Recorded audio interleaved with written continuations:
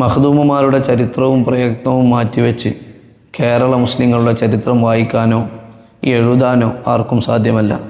ആ ഇടക്കാണ് എൻ്റെ കയ്യിലൊരു കിതാബ് എത്തുന്നത്. ഇർഷാദു താലിബീൻ, ചെറിയ മഖ്ദൂം തങ്ങളുടെ വിശാലമായ ചരിത്രം ക്രോഡീകരിക്കപ്പെട്ട ഗ്രന്ഥം. ഗ്രന്ഥത്തിൻ്റെ രചയിതാവ് ഇതിനെടുത്ത എഫേർട്ടും ഇതിൻ്റെ വിശാലതയും ആദ്യ പേജുകളിൽ നിന്ന് തന്നെ നമുക്ക് വ്യക്തമാകുന്നുണ്ട്. മഖ്ദൂം എന്ന പേര് വിശദീകരിക്കുന്നിടത്ത് കിതാബുകളുടെ ഉദ്ധരണികൾ വെച്ച ചർച്ചയ്ക്ക് ശേഷം ഇതിൽ പറയുന്നുണ്ട്, സമിഅന മിൻ അഫ്വാഹി മശായിഖിന എന്ന് പറഞ്ഞ് 2-3 അഭിപ്രായങ്ങൾ.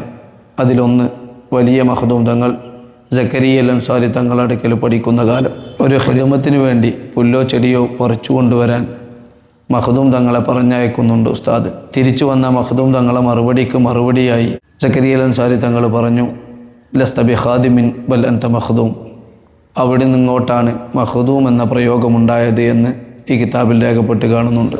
അതിനേക്കാളേറെ ഈ കിതാബിൻ്റെ രചയിതാവിൻ്റെ പേര് വായിച്ചപ്പോഴാണ് ഞാൻ അതിശയപ്പെട്ടത്.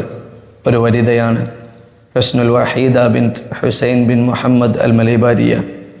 ഫതുഹുൽ മൊയ്ൻ തുടങ്ങി പഠിക്കുന്ന വിദ്യാർത്ഥികൾക്കും ചരിത്രാന്വേഷികൾക്കും വളരെ ഉപകാരപ്പെടുന്ന ഈ കിതാബ് മുഴുവൻ ഹദിയ ചെയ്യപ്പെട്ടിട്ടുണ്ട്. നിങ്ങളിലേക്ക് എത്താനുള്ള തപാൽ ചാർജ് മാത്രം നൽകി സ്ക്രീനിൽ കാണുന്ന നമ്പറിൽ കോൺടാക്റ്റ് ചെയ്താൽ നിങ്ങൾക്കിത് ലഭ്യമാകുന്നതാണ്.